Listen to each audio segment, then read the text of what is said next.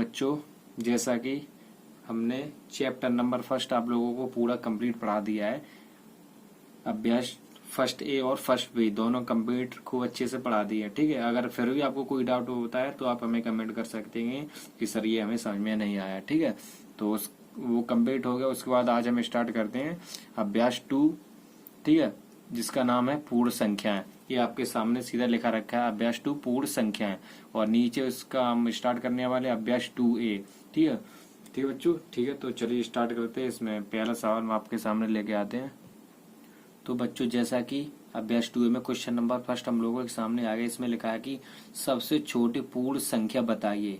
जैसा कि पिछले अभ्यास हमने 2B में बताया था कि पूर्ण संख्या कौन सी होती है? जो संख्या 0, 1, 2, 3, 4 डॉट डॉट डॉट डॉट अनंत तक होती है, उन लोगों उस संख्या को हम क्या संख्या कहते हैं? इनको पूर्ण संख्या कहते हैं। ठीक है, कौन सी संख्या कहते हैं? पूर्ण संख्या। जो संख्या 0 से लेके अनंत तक होने हम पूर्ण संख्या कहते हो। तो इसमें सबसे छोटी जो पूर्ण संख्या वो कौन सी है? कहाँ से स्टार्ट होती है? 0। तो सबसे छोटी पूर्ण संख्या कौन सी है? 0। तो हम लिख लेते हैं सबसे छोटी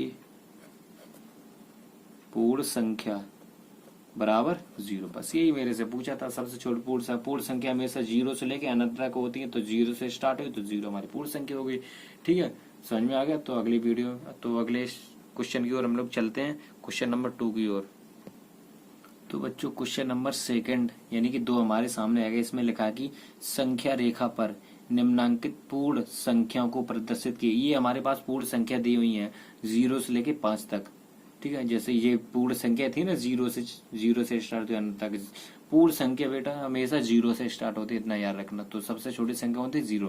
तो ऐसी सेकंड क्वेश्चन है कि संख्या रेखा यानी कि संख्या रेखा की बात हुई है, तो हमने एक रेखा खींच ली है, बिल्कुल आसान सी। ठीक है, संख्या रेखा खींच ली है। रेखा पर निम्नांकित पूर्ण संख्या को प्रदर्शित की। इस रेखा पर हमें इन संख्याओं को प्रदर्शित करना है। कैसे?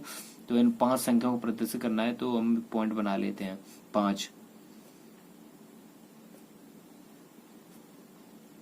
ये हमने संख्या बना ली। ठीक है, छोटी छोटी। अब इन्हीं के सामने 0 यहाँ पे हो जाएगा। 0, 1, 2, बस ये हो गया हमारा आंसर। बस यही हमसे पूछा था। क्या पूछा था? कि संख्या रेखा की बात हुई तो हमने एक लाइन खींच ली। पर निम्नांकित पूर्ण संख्याओं को प्रदर्शित किए, यानी कि ये जो लाइन है हमने रेखा खींची, इसी पर संख्या रेखा है ना, तो रेखा पर जो संख्या है उन्हीं को हम लोग प्रदर्शित करना कि संख्याओं को प्रदर्शित कीजिए। इस ये जो रेखा है इसी पर हमें ये जो संख्या दी है सवाल में, इसी संख्याओं को हमें इसी रेखा पर इन्हीं संख्याओं को प्रदर्शित करना है, उसी अपने आधार पे। ठीक है, जैसे कि ये यहाँ पे पूरी रेखा पर, चाहे आप इसे यहाँ पे लिए थोड़ा पास भी ले सकते हैं, ये दूर लिए थोड़ा पास भी, मतलब हमें 5 ही संख्या प्रदर्शित करनी है किसी वाले। तो ये मेरा क्वेश्चन हो गया, क्वेश्चन नंबर 2। ठीक है बच्चों, अगले क्वेश्चन नंबर 3 की ओर मिलते हैं। ये भी तो आपको समझ में आ ही गया होगा, नहीं आया है तो आप कमेंट कर सकते हैं। बच्चों जैसा कि अभ्यास 2A का क्वेश्चन नंबर 3 हम लोगों के सामने आ गया। इसमें क्या दिया है कि 3 क्रमागत पूर्ण संख्याओं में पहली और तीसरी का योगफल 28 है, संख्या ज्ञात कीजिए। इसमें क्या दिया है कि पहली और तीसरी का योगफल कितना है? 28। तो पहले हमें ये लिख लेना है, पहली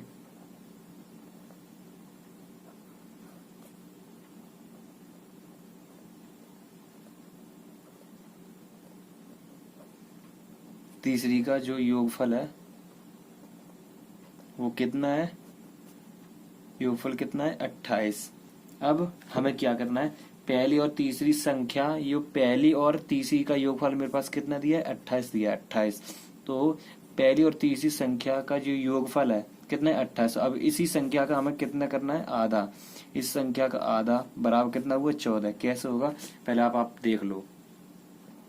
तो बच्चों जैसा कि पहली और तीसरी का योगफल कितना है? 28 है। ठीक है, तो इसी में पहली और तीसरी संख्या के योगफल का आधा, यानी कि इन संख्या है उसका आधा कितना हुआ? 14 है। आधा क्यों करेंगे? पहले ये देखो क्वेश्चन समझ लो। 3 क्रमागत पूर्ण संख्या, यानी कि हमें 3 क्रमागत यानी कि 3 हमें क्रम से संख्या निकालनी, जैसे 1, 2, 3 ऐसी हमें क्रम से संख्या निकालनी है। कैसे हमें निकालनी है? तो जैसे 3 क्रमागत पूर्ण संख्याओं में पहली और तीसरी का योगफल, यानी कि तीन क्रमागत संख्या दी है, निकालनी है हमें, तीन निकालनी है। तो इन्हीं दो से, ये जो पहली और तीसरी की है योगफल, इसी योगफल से हमें तीन संख्या निकालनी है। कैसे निकालेंगे?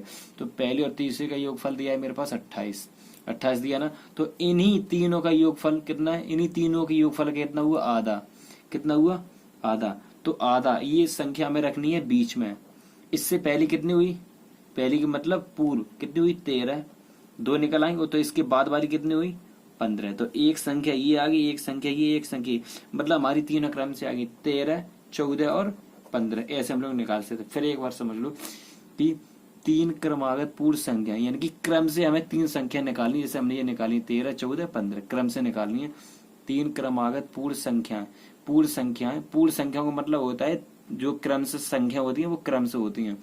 तीन क्रमागत पूर्ण संख्याओं में पहली और तीसरी का योगफल, यानी कि पहली और तीसरी का योगफल हमें कितना दिया? 28। ठीक है, संख्या ज्ञात कीजिए।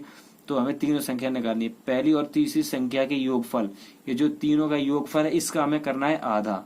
28 का आधा यानी कि 202 से डिवाइड गए, 2 बन जा 2, 2 4 जा 8, यानी कि 14 आ गया, 14, 14 आ गया। अब 14 को रखेंगे हम बीच में। 14 से पहली कितनी संख्या? 14 के बाद में कितनी? 14 के पहले आएगी 13, 14 के बाद में आ गई 15। तो ये हमें तीन संख्या हो गई ज्ञात। यही हम लोगों की तीन संख्या थी निकालनी।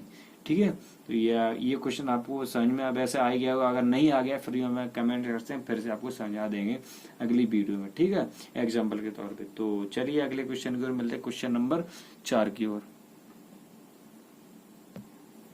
तो बच्चों जैसा कि अभ्यास 2A का चौथा नंबर हमारे पास क्वेश्चन आ चुका है। इसमें दिया है कि यदि तीन क्रमागत पूर्ण संख्या, फिर से आगे जैसे उसमें था 3, ऐसे ही 3 आ गया।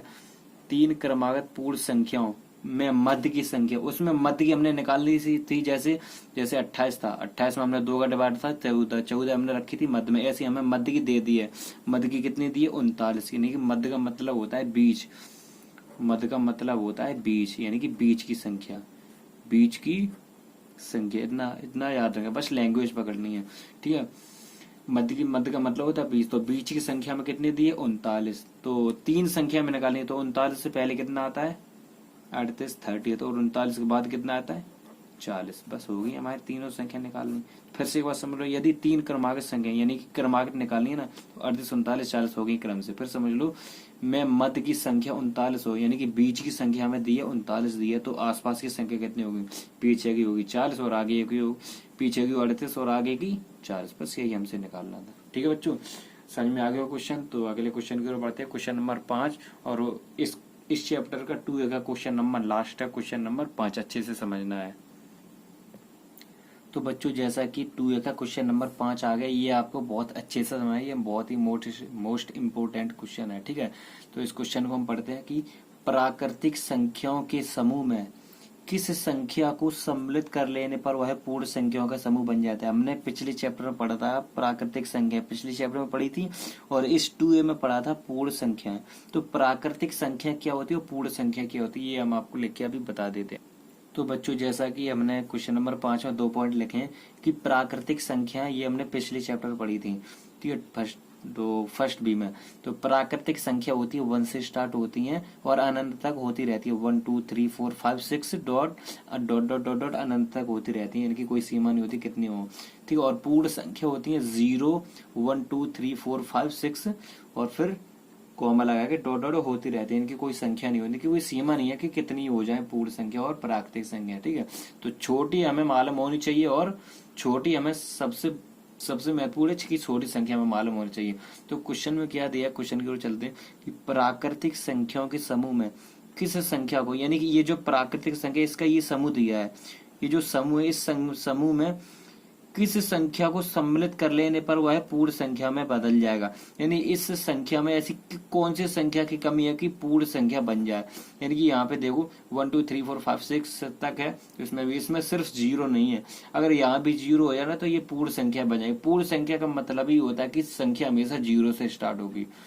ठीक है, पूर्ण संख्या का मतलब होता है कि संख्या 0 से लेके अनंत तक होती है, और प्राकृतिक संख्या का मतलब होता है संख्या स्टार्ट होती है और पूर्ण संख्या हमेशा 0 से स्टार्ट होती है। इतना हमेशा हमेशा याद रखना है कि प्राकृतिक संख्या 1 से स्टार्ट होती है और पूर्ण संख्या 0 से स्टार्ट होती है। बस बच्चों यही से हमसे पूछा था कि पूर्ण संख्या हमेशा तो ये जो संख्या प्राकृतिक संख्या में किस संख्या की जरूरत पड़ेगी हमें कि ये पूर्ण संख्या बन जाएगी, तो हमें किसकी पड़ेगी, जीरो की, क्योंकि यहाँ जीरो नहीं है।